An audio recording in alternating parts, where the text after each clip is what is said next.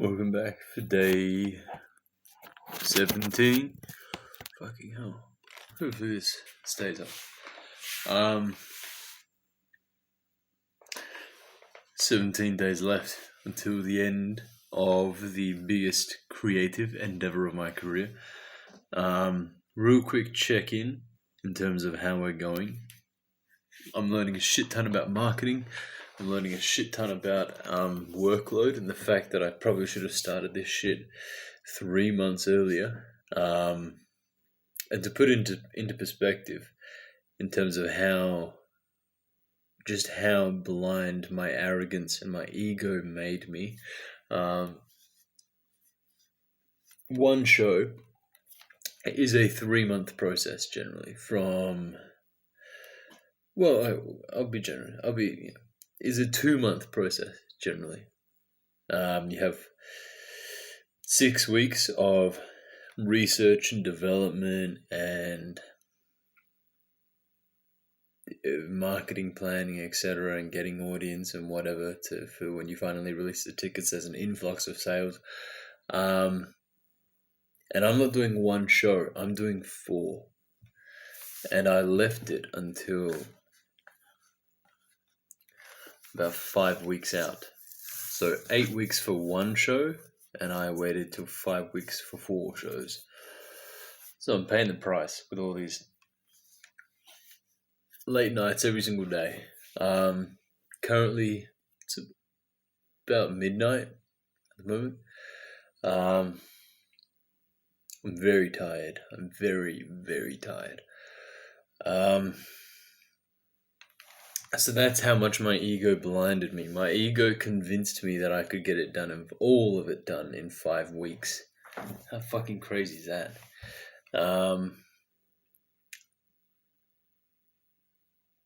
It's awesome being under this pressure because it doesn't happen often. And what is happening is that all of my flaws and all of my shit qualities are being exacerbated under this duress. So it's all the bad side of me is coming out at the moment, and everyone is bearing witness to it. It's a piece of humble pie I need to eat. But it's fucking awesome because as a result, I get to address these faults, and which is what I've been doing.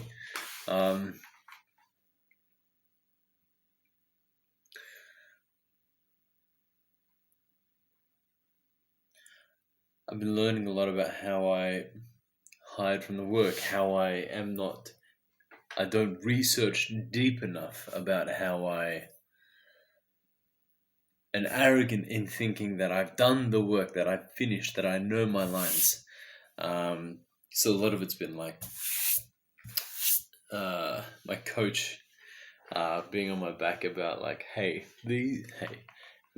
these shows are not word perfect. They need to be fucking word perfect. If you get a word wrong, you're not saying the line.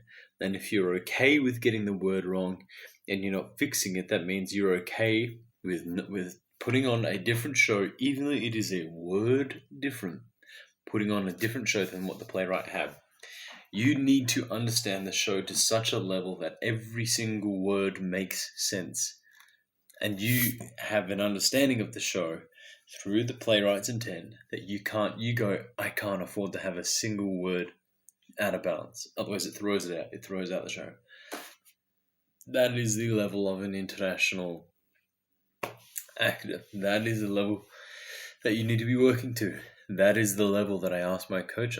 She asked me when I first started training there, what do you want to be? I said, I want to be working at an international level. I want to be one of the world's best. And she's been holding me to that standard, which I'm very happy about. People pleasing. It's address my people pleasing. That shit's been coming up. And I really care so much less about people now and pleasing them.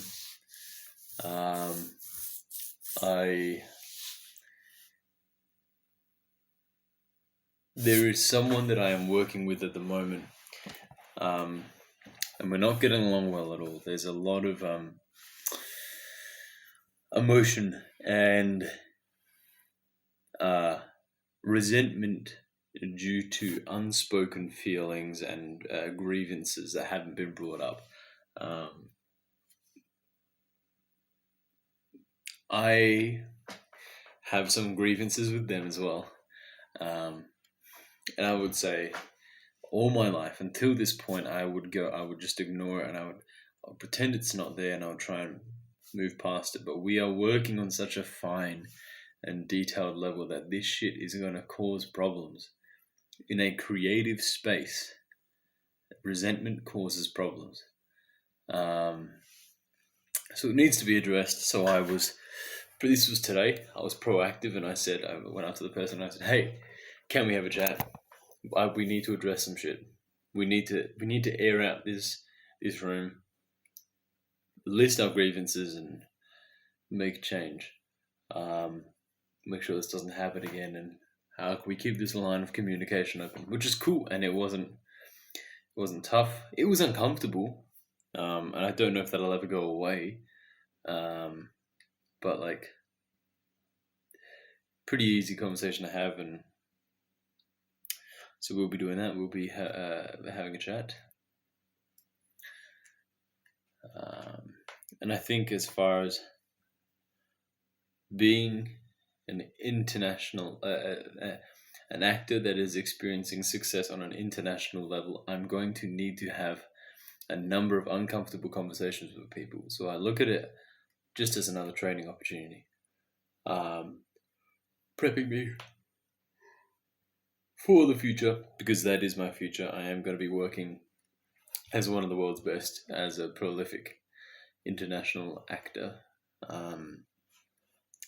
That brings me to my next point, and probably one of my biggest lessons, which is the Stockdale paradox. Maintaining the belief that you will be successful whilst confronting the brutal truth. I am able and open and receptive enough that my coach, or anyone really, can give me constructive feedback. One second.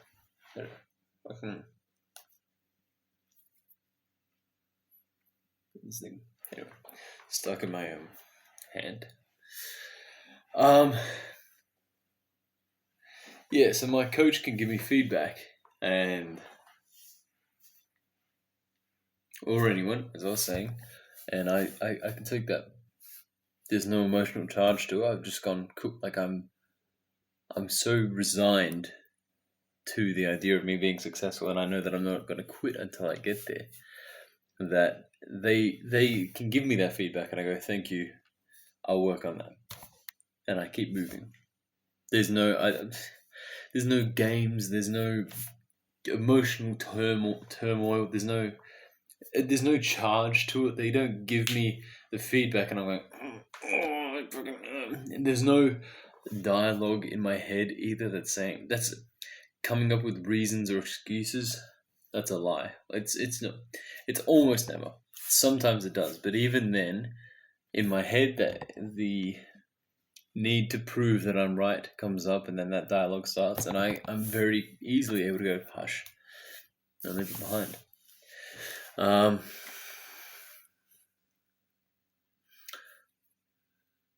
So I'm able to be brutally honest with myself, and I'm starting to make discoveries, and the way I'm thinking is changing a bit, and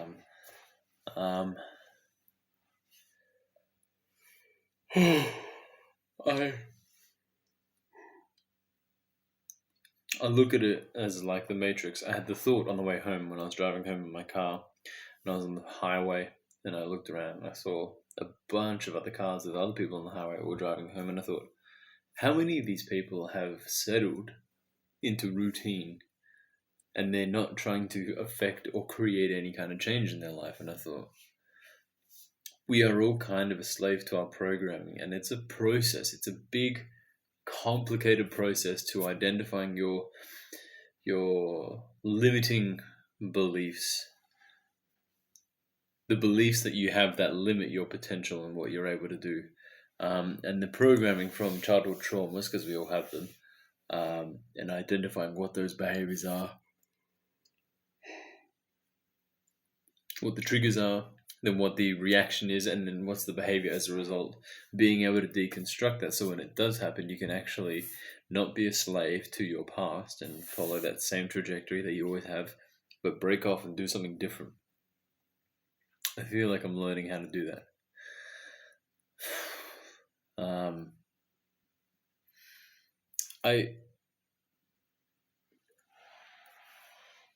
I don't know what, after this 17 days is up, acting wise, I don't know what's next.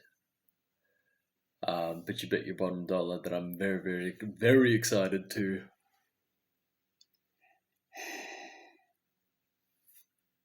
document that process for whatever that is, with my newfound understanding of depth and detail and doing diligence and honoring the playwright of a show.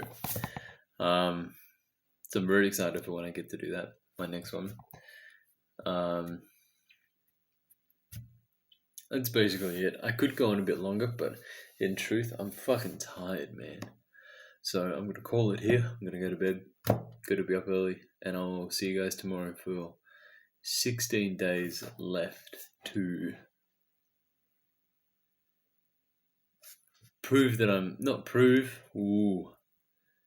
To learn how to be a prolific actor.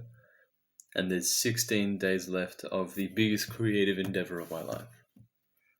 16. That's mad. That's gonna fly by so quick. And then it'll all be over. Man. Alright. Anyhow, ciao. See you later.